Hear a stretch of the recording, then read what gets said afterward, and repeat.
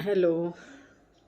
क्या हुआ कि बाय मिस्टेक पिछले वाले वीडियो में जो मैंने उस पिंकी पगारे उर्फ रेवती चांदवंशी का जो बायोडेटा डाली थी और कुछ रिकॉर्ड्स डाली थी मैंने, तो वो बाय मिस्टेक उससे रिमूव हो गए पिछले वीडियो में। तो मैं इस वीडियो में इंक्लूड करके डाल रही हूँ, तो आप देखिएगा। और जो उसने गरीबी का रोना रोई है, तो वो पिछले मीडिया बाइट में दिया है। तो मीडिया बाइट अगर ये वीडियो में चल जाए तो अच्छी बात है, आप देख लीजिएगा आगे का वीडियो। ठीक है। आपका नाम? मेरा नाम पिंकी पगारे है। मैं भी छत्तीसगढ़ में रह रही हूँ कि मुझे वहाँ छोड़ दिए गए। आज मैं रोजी मजदूरी पे आ गई हूँ कि आज मेरे पास कुछ भी नहीं है। मेरे बच्चों को, दोनों मेरी बेटियाँ हैं, जिसका नाम रुचि नाम है, एक का श्रुति नाम है। उन लोग का भरण पोषण मैं खुद कर रही हूँ। मेरी आर्थिक स्थिति भी ठीक नहीं है।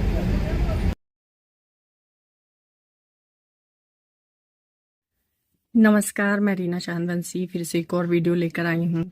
तो मैंने जो कल एक शॉर्ट वीडियो डाला था, पिंकी चांदवंशी उसके मायके का सरनेम है, माँ का गोत्र है चांदवंशी, मतलब मायके का गोत्र है चांदवंशी उसका। और वो हमेशा क्या बताती थी, पगारे, क्योंकि उसके हस्बैंड का प्रवीण पगारे नाम है उसके हस्बैंड का। और उसका मैंने आइडेंटिटी डाली हूँ उसमें, प्रवीण पगारे के नाम से एक वीडियो जो अपलोड करी हूँ, उसमें देखिएगा। उसमें आप लोग को सब पता चलेगा कि ये कितनी बड़ी झूठी औरत है।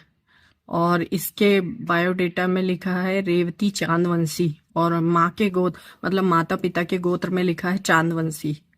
और इसकी मम्मी का नाम है लक्ष्मी चांदवंशी। तो आप सोच ही सकते हैं कि चांदवंशी है ये लोग, और चांदवंशी में ही मतलब आके फंसा ली। तो कैसे हो सकते ये परिवार। मैं उसकी मम्मी और उसके परिवार के बारे में तो कुछ नहीं बोलना चाहती, क्योंकि उन लोग, जब मैं गई थी दुर्ग छत्तीसगढ़, इसको डर लग रहा था, तो इसको छोड़ने के लिए मैं गई थी दुर्ग छत्तीसगढ़।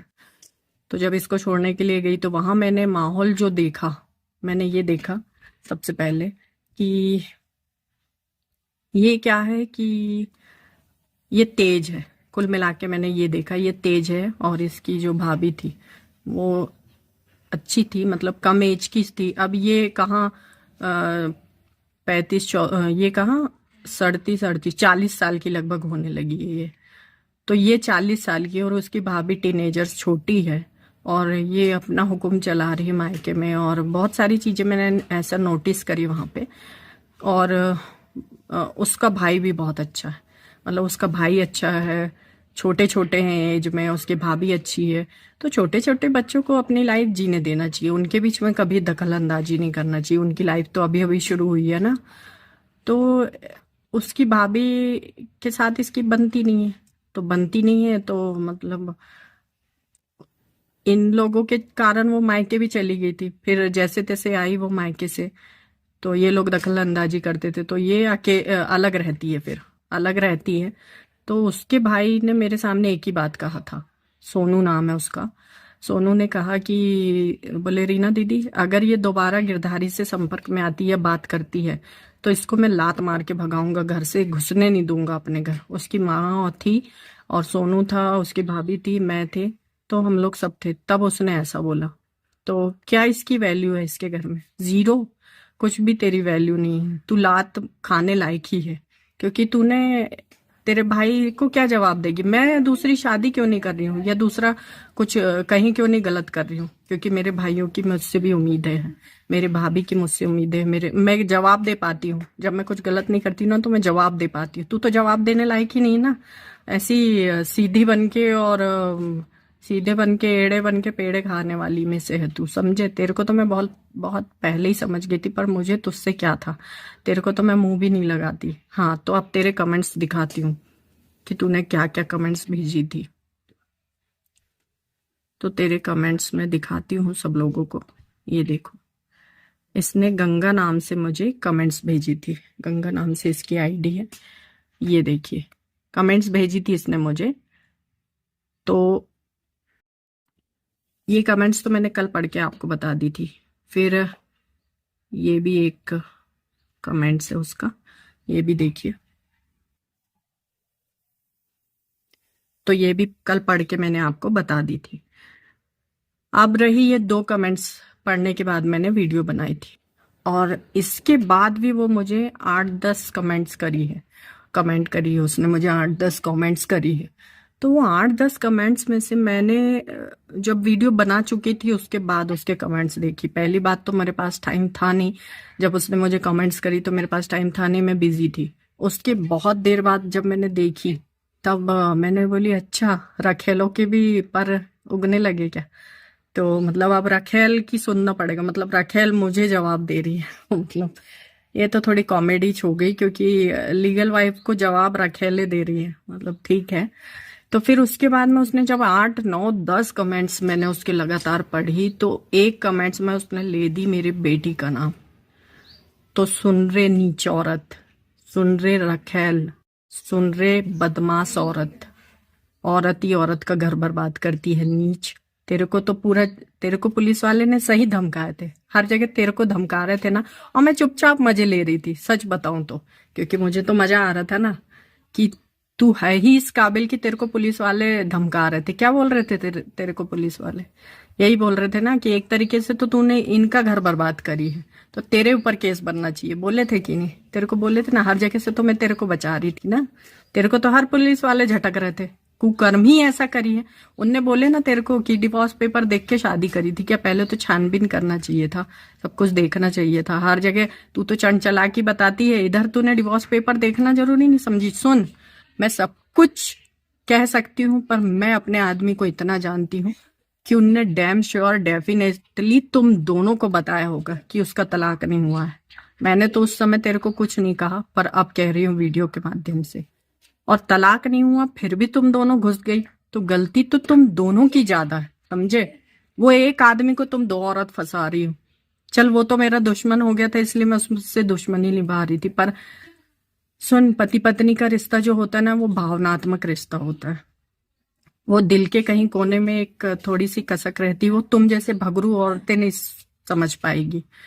तो आज भी उसका मेरा ऐसा रिश्ता है कि हम, मतलब तुम लोगों के चलते हमारी दुश्मनी हुई है, समझे? नीच औरत, भगरू उर्रू, तुम लोग ने उसको फंसा ली और वो उसके चलते हम दोनों की दुश्मनी हो गई। और नीच, तूने मेरे बच्चे का नाम कैसे ली?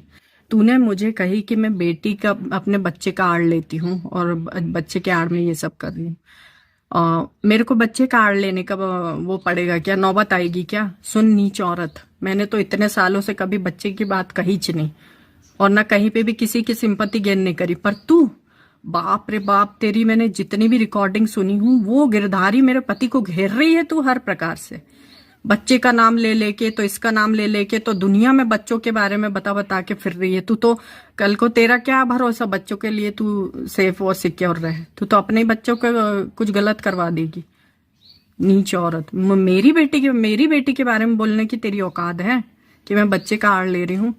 सुन रहे नीच औरत, तेरी क्या औकात है मेरी बेटी का? तू नाम भी ले, भगड़ी उड़ रही औरतें साली। और क्या बोली थी तूने?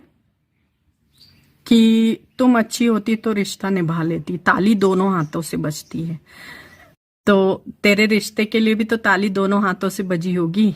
तू पढ़ी लिखी कम है, इसलिए तेरे डिक्शनरी में ताली दोनों हाथों से बजती, मेरी डिक्शनरी में ताली एक ही हाथ से बजती है। सुन ले, तुम जैसे दल्ले और गवारों के डिक्शनरी में ताली 2 हाथ से बजती है।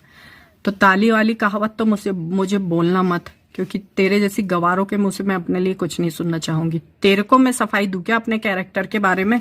तू खुद कैरेक्टर लेस है। 2 एक तेरा पति को छोड़ दी और यहाँ वहां मुंह मारी होगी, और फिर जाके इसको मुंह, अच्छा तेरी तो मुंह मारने की आदत ही होगी ना, तभी तो तू इसको फटाक से ढूंढ ली, इसको मुंह मारने लगी। तेरा पति जिंदा ही है और इससे मुंह मारने लगी।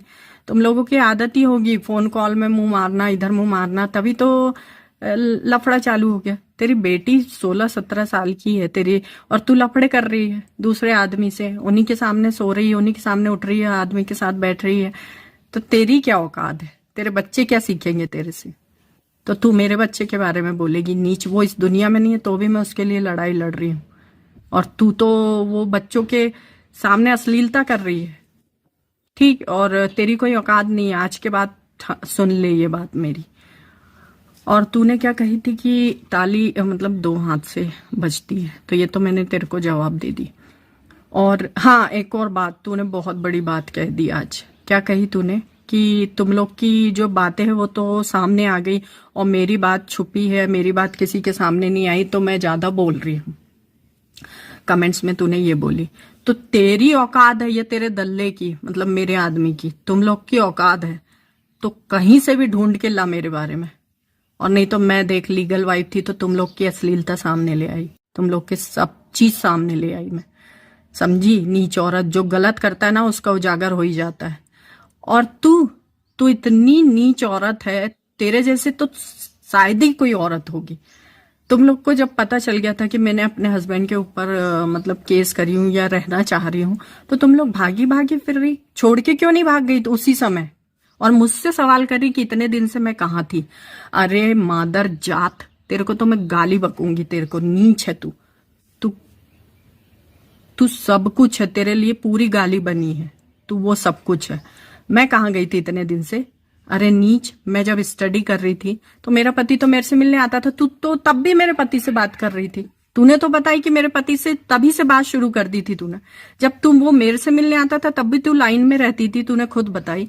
तो तू कितनी बड़ी नीच है, तेरे को ये नहीं पता चला कि वो मेरा पति मेरा है अभी करके? तब भी तू उसको घेर ही रही है, घेर ही रही है। अरे तू बात नहीं करती तो आज नहीं कल हम मिल रहे थे, जुड़ रहे थे, बात कर रहे थे, आज नहीं कल मैं उसके साथ रहने आती। और तू मेरे से सवाल कर रही कि मैं इतने दिन से कहाँ थी? तू होती कौन है रे? नीच, हरामखोर, साली, कमीनी औरत, सवाल मेरे से करेगी? तेरी इतनी औकात है? और हाँ, ये जवाब तो मैंने तेको दे दी कि मैं इतने दिन से कहाँ थी। मैं स्टडी कर रही थी, मेरा हस्बैंड मुझसे मिलने आता था। तेरी तो जलती थी उस समय जब वो मुझसे मिलने आता था, और जब हम दोनों का मतलब पति पत्नी वाला रिलेशन बना तो तेरी फिर जली। जब मैं ये ऑन रिकॉर्ड बोल रही हूँ, जब वो मेरे मुझसे मिलने आया और हमारा हस्बैंड वाइफ वाला रिलेशन बना, तेरी तो तब भी जल गई। जब रिलेशन बना था तभी तेरे को छोड़ देना था ना, कि आज भी उसको चाहता है या आज भी दोनों का है। तो तू तो तब भी फोन में बनी रही, बनी रही, बनी रही। अब तू जब बनी है तो मैं कहाँ से आ जाऊंगी? चल बता। और उसके बाद में जब मैंने केस करी, कोविड आ गया, सब कुछ आ गया, 50 बार कह चुकी हूँ, जा बात जाके, तेरे को मेरे बारे में इतना जानना है ना मैं कहाँ थी तो जाके पिछले वीडियोस देख साली नीच। तेरे को मैं हर वीडियो में थोड़ी ना एक्सप्लेन करूंगी, तू होती कौन है तेरे को मैं एक्सप्लेन करूं? तू तो नीच है, नीच नीच। सब गाली तेरे लिए बनी है, जितनी भी प्रकार की गाली है औरतों के लिए, समझे? रा से एक गाली बनी है, छी से एक गाली बनी है, बा से एक गाली बनी है, बहुत सारी गालियां सिर्फ तेरे लिए बनी, तुम जैसी औरतों के लिए बनी। और तुम जैसी औरत ही औरत का नाम खराब करती है, समझे? मादर जात। तो मैं वहां गई थी जहां तू करवा रही थी ना मेरे हस्बैंड से, तो मैं वहां नहीं थी फिर, क्योंकि तू करवा रही थी मेरे हस्बैंड से सब कुछ, मजे मार रही थी। तू आ गई थी तो मैं कहां से आ जाती? मेरे से सवाल करेगी तू इतने दिन से कहां थी मैं? मादरजात, तू अपने गिरेबान में झांक के देख कि मैं क्यों नहीं आ पाई थी। जब मैंने केस करी थी तो शिवपुरी से निकल के भागे भागे फिर रहे। अरे तुम इतनी बड़ी वाली नीच थी, जब मैंने केस कर दी थी तुरंत ही अपने मायके भाग जाना था, तुरंत ही अपने अपने घर भाग जाना था, किसकी वाइफ आ जाएगी करके। नीच औरतें, मुझसे जवाब मांगेगी तू, मुझसे सवाल करेगी तू, इतनी तेरी औकात होगी, रखेलों को मैं जवाब दूं। अब ये मेरे दिन आ गए हैं। सुन, ये आखिरी वीडियो तेरे लिए, उसके बाद तेरे कहीं से भी मुझे कमेंट्स या कुछ भी आया तो वहीं आऊंगी तेरे छत्तीसगढ़, और तेरे को तो मैं कोर्ट में लाऊंगी। तेरी जितनी बातें हैं ना वो उतनी मेरे लिए सफिशियंट है। कोर्ट तक तो तू आएगी। अब तूने मेरा और ज्यादा ईगो हर्ट कर दी है।